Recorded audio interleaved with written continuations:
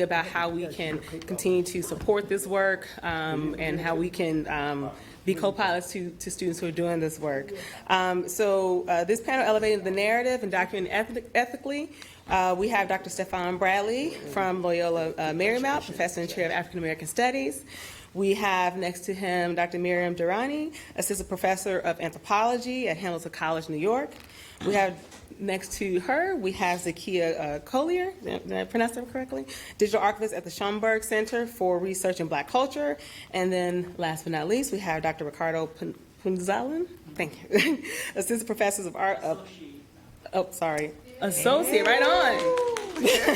Associate Professor of Archives and Digital Curation at the College of Information Studies, iSchool, Affiliate Assistant Professor in the Department of Anthropology, and Co-Director of Museum Scholarship and Material Culture Program at University of Maryland, College Park.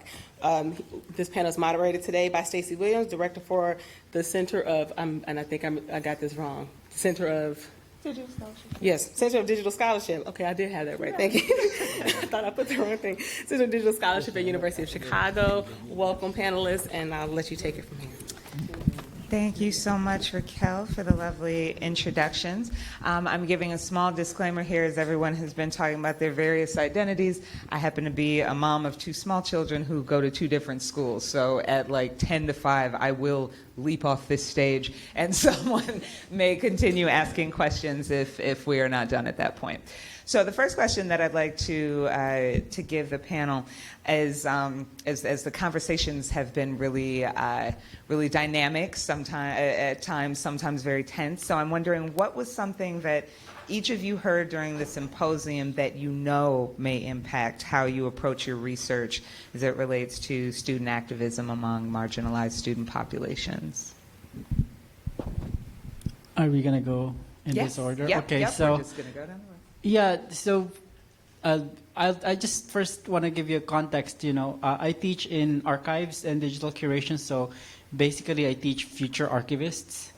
And it's something that we don't emphasize enough in our education is, and I guess I'll be a little bit more controversial than my colleagues who teach in the area. In fact, right after the election, the Library Quarterly issued a special issue on what it called the aftermath, which is like, what do we do now after the election as information professionals? And my contribution to that was in the form of a letter to my students, where I basically said, you all should join protests. And you should all be out there and be part of protest movement, because I do think that it should be part of our education. That's how we learn.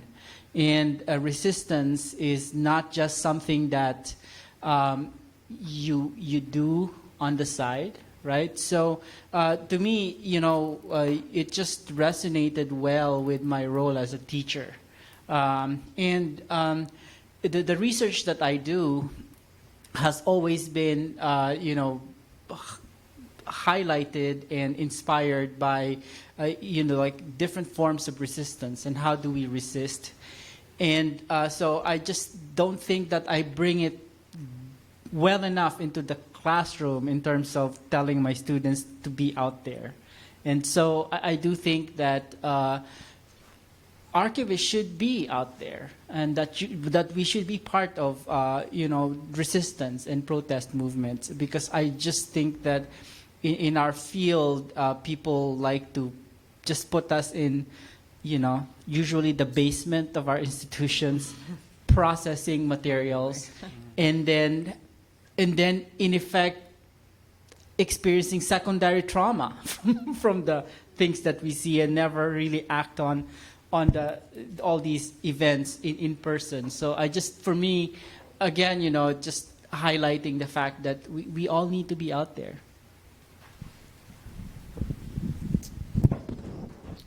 Okay, so as Raquel said, I'm the digital archivist at the Schomburg Center, so I don't actually work with student populations as much anymore, but I have worked in academic archives before. And so this is sort of something that, not necessarily that I heard today, but the conversations made me think of, which started a little bit yesterday during our breakout sessions, and that's that these student activists are memory workers themselves. And I think that shows up in two different ways. One, in the way that they're changing the way that we will remember the institution and remember the world around us in the work that they're doing every day. So they're literally working in memory and shaping memory and the things around us. And I think the second part of that, which I sort of thought of with Curtis talking about their work in trying to save the records of BNAC, which I don't remember what that stands for, but Black something. And so the fact that the staff of BNAC reached out to the Black student organization instead of the archives to save these records, I think that's really important. In the way, the language that he used, he says, we're still processing this, and not as the archivists are helping, but they've sort of taken ownership over determining what happens with these records. And so, in thinking that these student activists are memory workers, they have the ability, they have the capability to document themselves. And they don't necessarily need the university archivists to do that. They can start that work on their own and then look to the university archivists to help preserve that long term, but they already have the skills to do that, especially with the help of the archivists and providing them the tools and the information that they need to do that.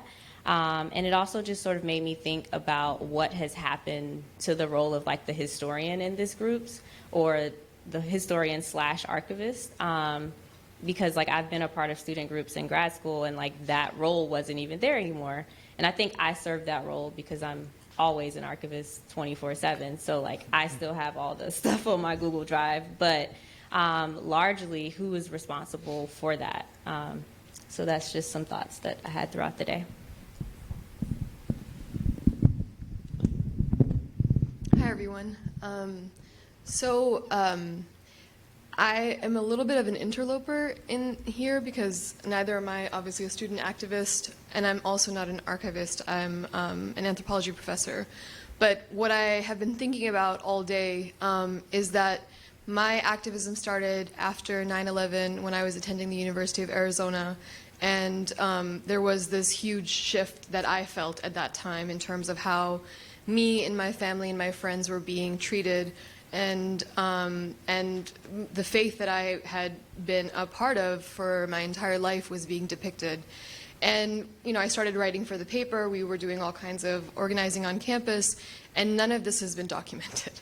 All of this is just kind of in our memories, and maybe there's some like little thing on the internet somewhere. But the fact that the youth, kind of like the student movements that have been happening for the last 18 years specifically, after the attacks and once the war started, and then since then on all these different ways, that hasn't necessarily, I don't know of any real account of that being archived outside of research, which is the area that I focus on. I do work with Muslim college students, but research is very different from this conversation around the student activists and communities to have their own ownership over those records. And I think the second part that is making me realize is that oftentimes when we're having conversations around Islamophobia, or as we now refer to it in terms of scholarship as anti-Muslim racism, is that the lessons that we learned back in 2001 and 2002, that it's really not about the religion. It's really not about how the faith is being understood, but it's about the fact that now the government has identified another group that is seen as an enemy of the state, and therefore there's all these kinds of mobilizations and structures that are set up to control this population, and that is a repetition across not only U.S. history but across many different national histories, and we're seeing that kind of increasing in urgency in the last few years, but it's something that's been going on. And so when student activists come talk to me about organizing around Islamophobia, sometimes the conversation starts right back at point zero, which is, but Muslims aren't terrorists. And the thing is that has never been the conversation. We realized that early on, and those of us who were student activists at that time and now are in our 30s and 40s are realizing that that conversation needed to change. But I don't know if there's enough of a record for young people today to hold on to that and to see not only from the scholarly and from the research point of view, but from the voices of us at that time and recording that and getting that out there. So that's something I've been sitting with and really am thinking about how to strategize with others to collect those archives. Man, listen, this is a big deal for me. I can't tell you how honored I am to be here in Fred Hampton, Chicago, to be in Gwendolyn Brooks Library, to be here with Project Stand, the Guardians of Culture, to be amongst these activists. Like, it's a big deal for me. It's not a small thing. I write, look, I'm shameless. I write the book, but John Bracey, you live the book. The young brothers and sisters that were up here before, they lived the book. So for me, you asked what was something I heard that moved me along those ways. It wasn't anything I heard. It was the energy, the spirit that I felt. Being amongst these young people who are wildly annoying and bothersome and audacious in the best way. And so for me, I think that's a special thing. We went over and took a look at the Panther exhibit at the library over there. And it escapes me a lot of times that these were 19, 20, 24-year-old people who are trying to figure out a way to get rid of sickle cell anemia, who are trying to figure out a way for loved ones to get up to the prison, who are trying to figure out a way to stop police repression. And they didn't ask anybody's permission, but they went ahead and did it. When the young lady, or the young person from Harvard, I can't remember the name, when she said you should follow young people, yeah, she's right. She's right, we should follow young people. So if I heard any words that moved me, then yes, we should follow young people. Now, we do need to listen to our elders and learn from our elders and that sort of thing. But I think it's important. I think the work that Project Stand is doing and the work that many of you all are doing is essential. As I mentioned before, being on the streets of Ferguson helped me to understand history in a way that I could never understand it before. Like, I could never understand what the tear gas tasted like until I was there. I couldn't understand what the sirens did to your ears. And so listening to the people who are willing to literally put their lives on the line by walking on freeways and things like that, there's a million words I could have said, but it's the spirit that caught me most of all. Thank you. So as educators and scholars and memory workers, you all are very aware, I think, more than most, the ways that historical context is very necessary for the work. But as history is cyclical, and we experienced some of this over the course of this symposium. There have been some really challenging conversations taking place. And generation after generation tends to feel that their activism might be misunderstood by the generation preceding it. So I'm wondering, in your roles, how you all address those subtexts or how those tensions come to reveal themselves in the record so that they can become evident to newer generations of activists. Yep. Right down the road. Okay. So I'm particularly interested in memory, and if you're an archivist, you get tired of hearing records in archives are basically embodiment of memory. I actually think that to some extent, yes, but I do think it's in the people. Like what happened yesterday, that intergenerational conversation, that's memory happening. And I do think that the role of archives is basically to, provide those spaces and also provide some of those materials that are in our collection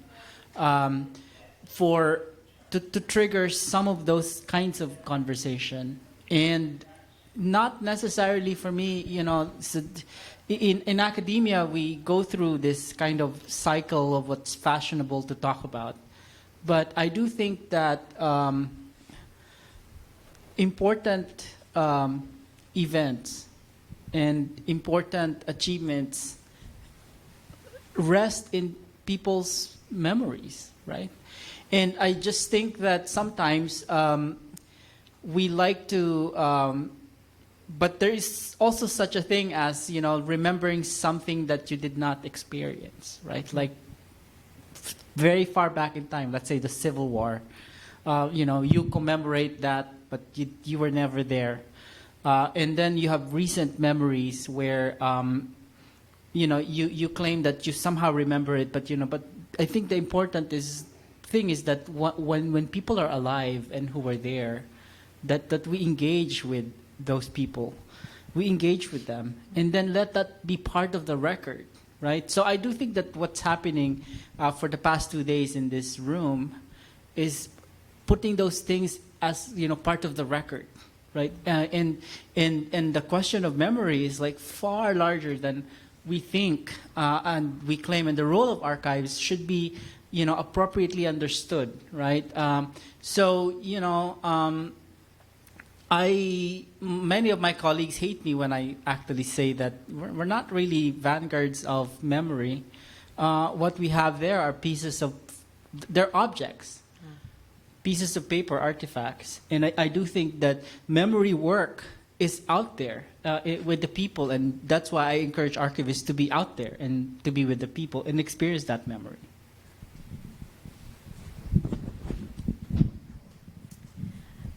I think sort of like thinking about these intergenerational conversations that we've been having over the course of the past 2 days, and some of the tensions that we've seen, and then some of the joys as well. I think sometimes younger generations often feel misunderstood, or I think there's a little bit of feeling misunderstood on both sides of it, because the intimate details, while sort of the struggles are under the rubric of fighting against anti-Blackness, anti-colonialism, anti-misogyny, anti-homophobia, etc., and the shared goal is total liberation, sometimes the way that those battles and struggles are fought are very different. And I think sometimes those little details, which are the things we try to capture in the archive, aren't always pulled out. And so when trying to have that conversation, if that isn't teased out, then it's like, well, you're saying this and we're saying that, and then we just have this little struggle happening about the struggle, which is productive in its own sense. And I think also another thing is that sometimes what older generations found as their rose became a thorn in the side of current generations. For example, integration is a great thing to fight for, but people now attending school alongside white people struggle with that every day. And so it seemed like a good thing to fight for, and still was, but then there are struggles that contemporary people have to deal with that because it's not their rose, it's now their thorn.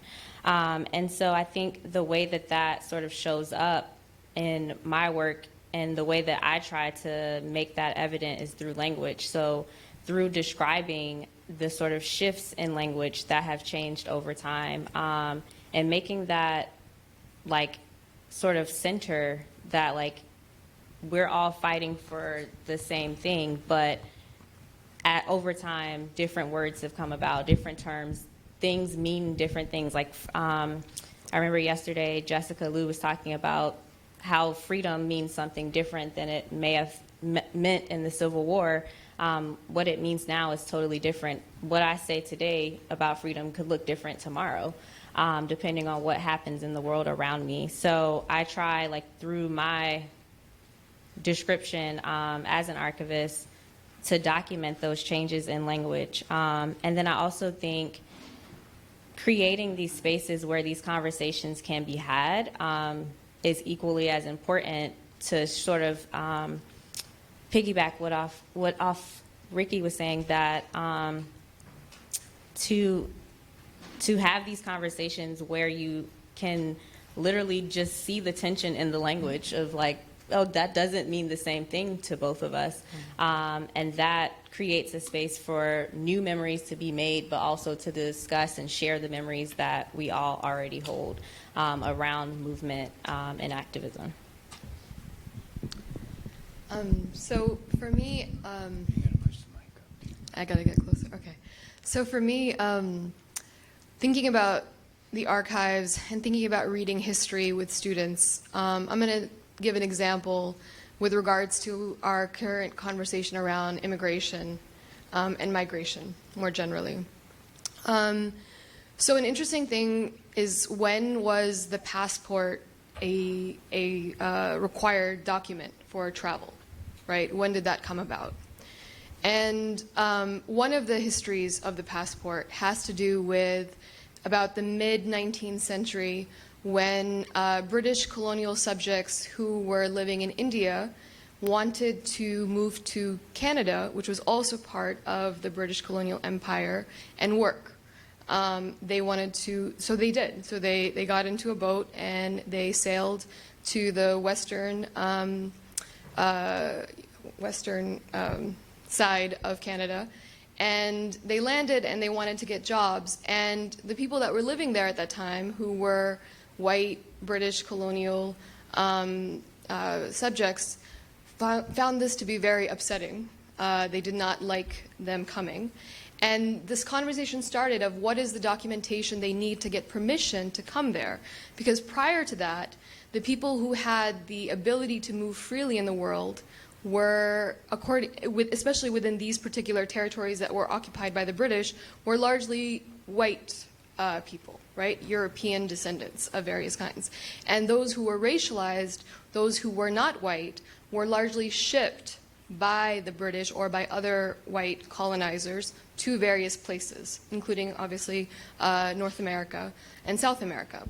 And so this particular moment offers an opportunity for young people to really question these categories that they take for granted and these practices that we take for granted now, which have a very recent history. And so I think part of the work that I try to do in my teaching and in my advising is to get not only my students, but also the students that I'm advising who are doing work around activism on campus to really reflect on the construction of these various categories and these processes that now are taken to be kind of legitimate grounds for inclusion and exclusion, but actually have always been constructed to exclude certain people. And so helping them to understand that helps to kind of like dismantle the permanence or the power of these structures and these processes. So I researched, for the last book, I researched Ivy League institutions. And one of the things that I found about Ivy League institutions is they keep track of almost everything, in part because I have the sense that they believe they're important. And so for me, when we talk about black people, one of the arguments early on when black students at Yale and at Brown University and all throughout the Ivy League were pushing to get a Black Studies program or department, one of the arguments was, well, there's just not enough on black people out there to create an entire discipline of study for, which was absolutely positively false. But one of the things that happened when Brown students sought to get an Africana Studies Research Center, something similar to what came about at Cornell University later on, when they sought to get one, the argument was there's not enough archival material, enough primary documents to create such a thing. The young brother was up here from Chicago State, the BYP brother, there he is back there, was talking about how there's a book in each one of us. And I thought that was a fantastic statement. some of what we have to do is to document these very moments somehow, some way, so that in the future, somebody will be able to come back and consult this. Now, I went to 10 different archives to finish this book, and sometimes I would be able to get the opinions of black people, and that's what I was looking for because I wanted to center the people. But sometimes I had to see the interviews they did way back in the day. Sometimes I had to call them on the telephone if they were still alive. These things belong in some form in the archives, and so that if we're talking about an intergenerational thing, I heard one of the young people say that they need a blueprint of sorts. That's part of it. And so one of my greatest appeals is to the generation that went up in 1968, 1969, 1970, is to write down whatever they can remember, to allow young people to do oral history interviews of them, because we need it. Otherwise, we'll be writing bad histories from this point forward. Stefan, I want to thank you for that one comment. It's especially salient as I've watched all of the panelists and especially all of the student activists the past several days. I'm someone who went to a PWI who has a really rich history of activism, but none of our activism tended to be captured in the archives. But where you're saying that's where you would find that lack of primary source documents, what I realized even as you were describing that was that we also had a campus that had 2 daily newspapers. So one of the papers chose to continually cover our protests and our movements, and the other one didn't. So even though I might not be able to find that primary source document of a letter or a pamphlet, there is that kind of secondary documentation.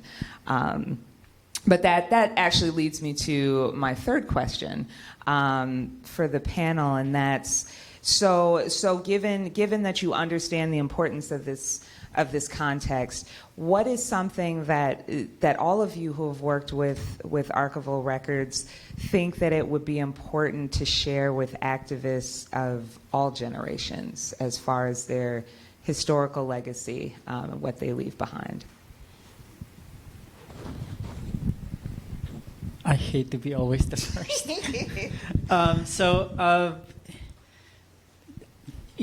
Just a little bit of context. I'm an immigrant from the Philippines. I was a young boy when we had our People Power Revolution in 1986 that removed a dictator that killed hundreds and thousands of people. And then we had the second People Power Revolution. I was already an adult, and I was in the streets for, I think, 6 days. And we were marching, and then we managed to get rid of another awful leader in the Philippines.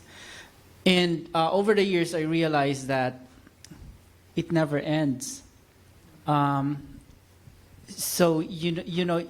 Because in the phrasing of your original question, we deal with the aftermath of protest, right? And to me, it's like it never ends in the sense that it's somehow, it's a particular direction, but your destination is not there yet. And that I do think that's why the intergenerational part is really important for us to consider, because it's always in motion. And for archivists, sometimes we like to organize things neatly as in terms of events, as if they've ended. But the struggle continues, right? And it never ends. So I do think that it's really important to understand that we are co-witnesses. We do co-witnessing work, together with others, and that it continues. And that the second, I know you only want us to say one thing, but the second thing that I would say is like neutrality has never gotten us anywhere as a profession. Period. Never. Because in the first place, we never really been neutral. We were on one side, right, as a profession. And I do think that, you scrap that, you kill that, don't do that, because you are never neutral. You always pick a side. And so, which side are you on? I do think that this loyalty with neutrality and objectivity will never get us anywhere. So I just think that let's just kill that. Let's just kill that and pick a side.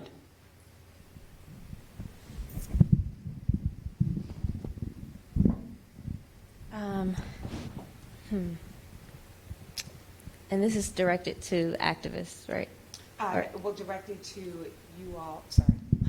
Directed to you all on stage as far as in your experiences dealing with the, I phrased it as the aftermath of materials. What do you think is a critical thing that you'd love for all generations of activists to know about their legacy?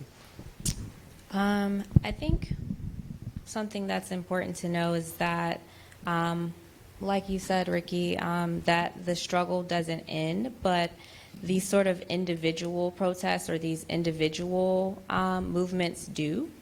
And that's not to like sort of diminish them in any way, but that's sort of the nature of them, is that you struggle for a thing, you get it or you don't, and then if you don't, you reevaluate and you struggle for something else with like a little bit of a shift of that lens. But I think what sort of comes to mind for me is like I recently saw the Toni Morrison documentary, and in that she talks about getting Angela Davis to write her biography while she's like in the moment. And Angela Davis is kind of like, how am I going to write about myself? Like, I'm out here in the street and you want me to like write about it.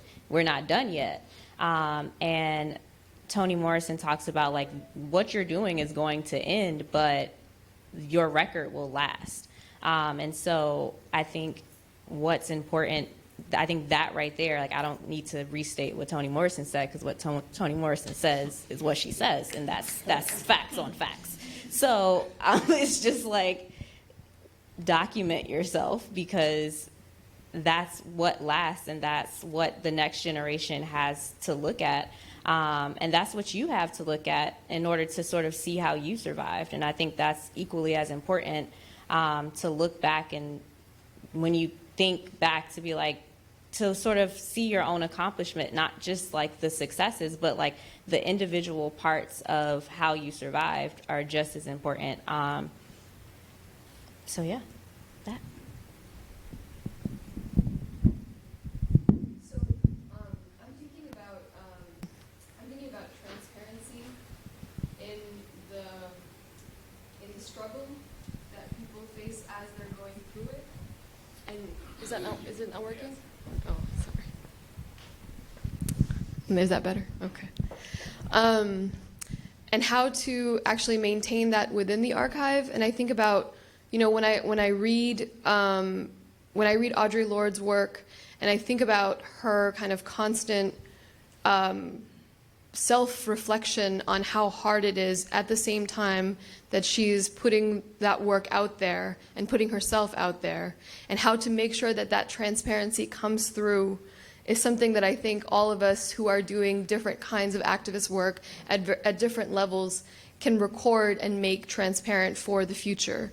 Because that has always, that for me, that feels very much, it humanizes people that we see as kind of, infallible, kind of like perfect idols. But actually, they were also very much human mothers trying to balance work and like children, trying to figure out how to pay the bills regularly. And when those kinds of struggles are made apparent and transparent in the archives, in the record, it empowers, I think, the next generation to realize that actually, if they were dealing with very similar issues and they were able to do it, then that means that there's space for me, because I'm struggling too, but I don't want to stop, right? So that inspiration, I think, is really powerful, and I think it's important to record, and I find that to be a very feminist, a stance to take, to show that vulnerability, and to record that vulnerability in the archives, I think, is important. If I were speaking to student activists, to youth activists, probably the first thing I would say is that, there's nothing new under the sun. All of these issues that people are out in the streets about and that sort of thing have happened before.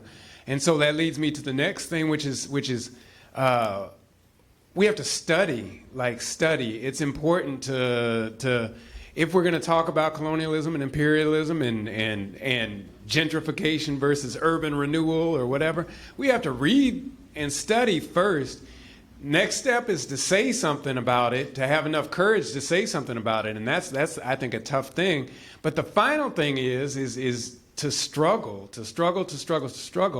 And so these young people have it together up on the stage here, but I think people skip steps a lot of times. A lot of the young people that I was working with out in St. Louis were just they were brave as that thing, boy. I can't explain it to you. These are the kind, listen, we're out on the streets. They don't have anything but their pants and no shirts on, and they're hollering, hands up, don't shoot. And the police have AR-15s and all their riot gear and all this kind of thing on. They're brave as can be. But when it comes down to figuring out what to get from an institution, somebody has done this before. We have to be able to read and study this so that we know what to ask for, what not to ask for, which way to go and which way not to go. I think that's an important thing. And then the final thing that I'd say is just that, and this is what I learned when looking at those students in the Ivy League, students, faculty, and staff, black students, faculty, and staff. Black people struggle wherever they are. Wherever they are. They could be in the highest places in the land, or what's perceived as the highest places in the land, but they have to struggle in those places. I mention that because sooner or later, these student activists are going to graduate. And so what does the struggle look like? I so appreciated what you said about like some of these individual protests are going to end and that kind of thing. What does it look like when you have a job now? What does it mean to push against the place where you work? What does it mean when you have kids and you push against the educational institutions that your children are attending? And so how will you carry the struggle forward, and how does the struggle evolve? And so those are things that I would mention to young people if I could. I want to thank all four of you, first of all, for sitting in conversation with us today. You all, I think, have capped some of the larger discussions that were being had over the past couple of days with, I think, some really compelling insights. So, and we also have managed to wrap that question part at 10:02, which means I must depart as moderator, but we are opening it up for questions for the next 10 minutes. So please engage our amazing panelists, and thank you. Thank you.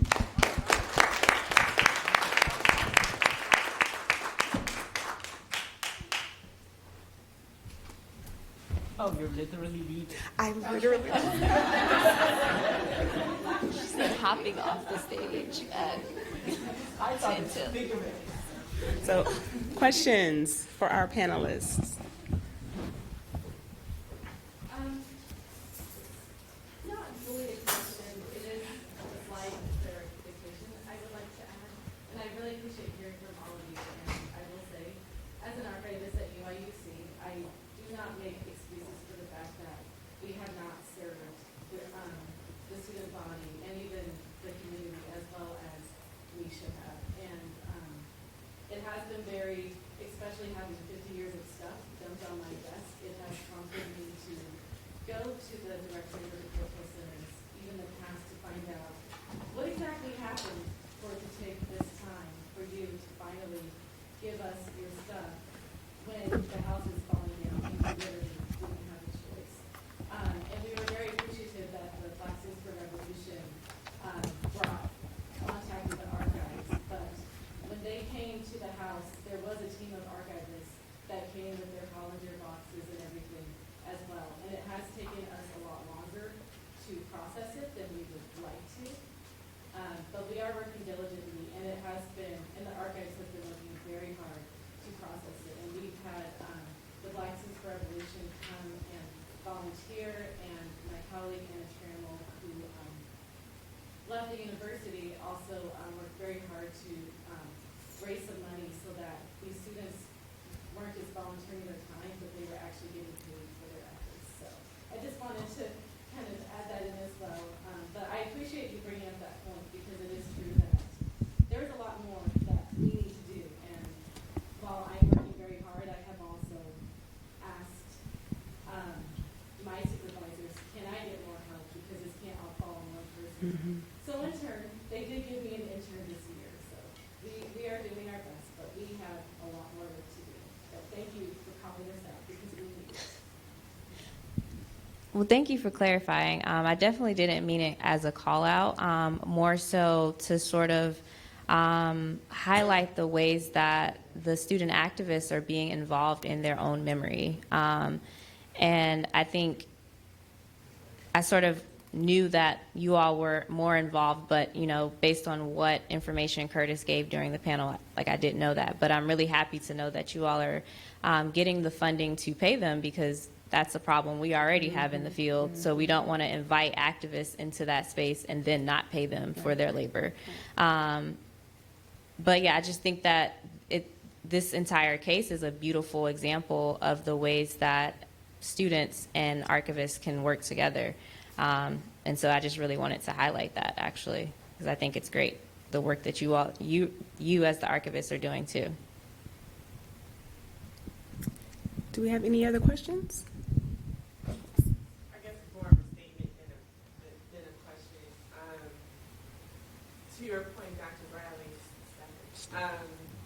that you're going into archival spaces and aren't seeing the documentation you need, and you got to go out and talk to the people to try to get access to those records. I would implore scholars, historians, to when they go into those repositories, into those archival spaces, if they pick up stories, say, I'm looking for X, Y, Z, why isn't that here? Because some of the other issues is that when we're doing our work as archivists, I always feel like when we're trying to do the work with respect to bringing out materials pertaining to marginalized identities, it's considered that it's extra work. It's not your main work, it's extra work. So then that, if you have those records, it's pushed to the side and, you don't even, sometimes don't even realize what you have. And then on top of that, as you heard throughout today and part of yesterday, it's also an issue of those content creators, those donors, even being comfortable again to give us that stuff. So it's so many layers there, but I would still implore our historians, our scholars to say, I'm looking for this and make a point to say why isn't that in this institution. No, I think that's a beautiful point to be made. But all of that is just relationship making. That's all that is. And so many of these activists spend a good deal of time protesting against, rebelling against, resisting these institutions.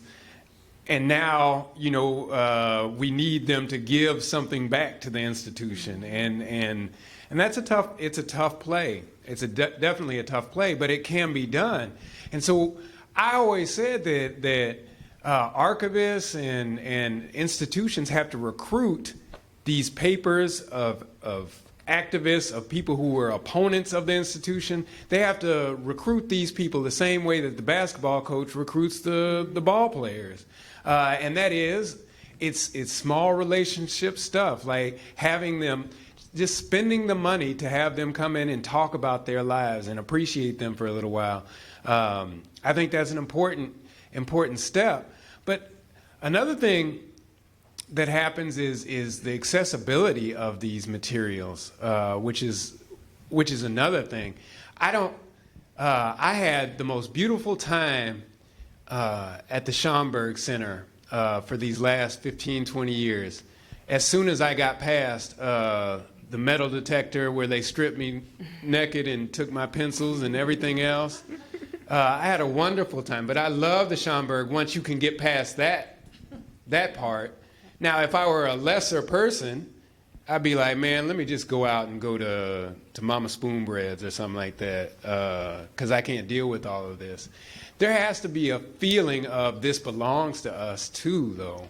And so at stake is, of course, history, but much of this can be handled by relationship making. And so your point is so well taken. I will go and kick up dust at every archives I can. But these people truly do hold our careers and our history in hand. And so that's a way to do it. And I'm looking forward to it all. I was wondering what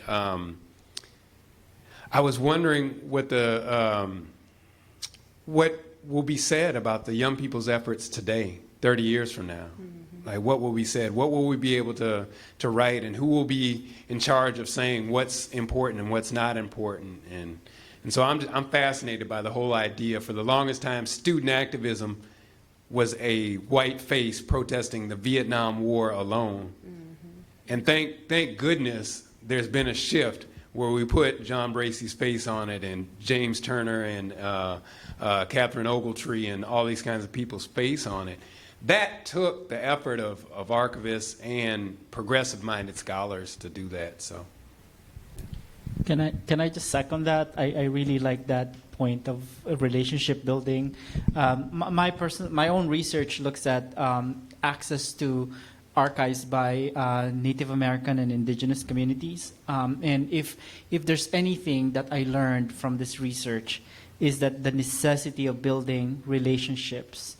Because the orientation of archivists is always loyalty towards the collection, the preservation and keeping them. Your day-to-day is being in a space where you process collections, and then you neglect the important work of relationship building. And also that also puts us in this space where the moment a community sees us, it's all about us taking something from them, right? The collecting. And I want to remove that kind of material-based conditional relationship that we have with communities. That when I was writing my dissertation, I was visiting several archival repositories that required me to write a formal letter and attach my CV. And I told them, I'm trying to access indigenous archives. So if I'm a member of a tribe, you want me to produce a CV to show my kind of intellectual lineage? Well, I'm fortunate enough that, I'm doing a PhD in a reputable university, but what if I'm not? I just want to see something that's pertinent and relevant to my community. And I think those are small measures that we could fix within our community. Like maybe we should have, conversations around what does it mean to build relationships? What are the steps that are not based on collecting? beautiful. Well, on that note, I think it was a great note to end on, and definitely something for us all to think on and leaving this place and this space. Before we close out, I just want to say thank you. Thank you to our panelists. Thank you to all of you here. Thank you to the folks who have come and stuck with us for both days. We appreciate you. We appreciate your time and being in conversation with us. I want to give a shout out to the local planning team for Project Stand Chicago, Aaron Glasgow, and please raise your hand, Jessica Ballard from UIUC, Charla Wilson from Northwestern, and also Clinton Johnson, who could not be here. He's the archivist at Kennedy King Community College. Again, this was an effort that I know I couldn't have done alone, and I do appreciate you all working with us here to host it here at Chicago State.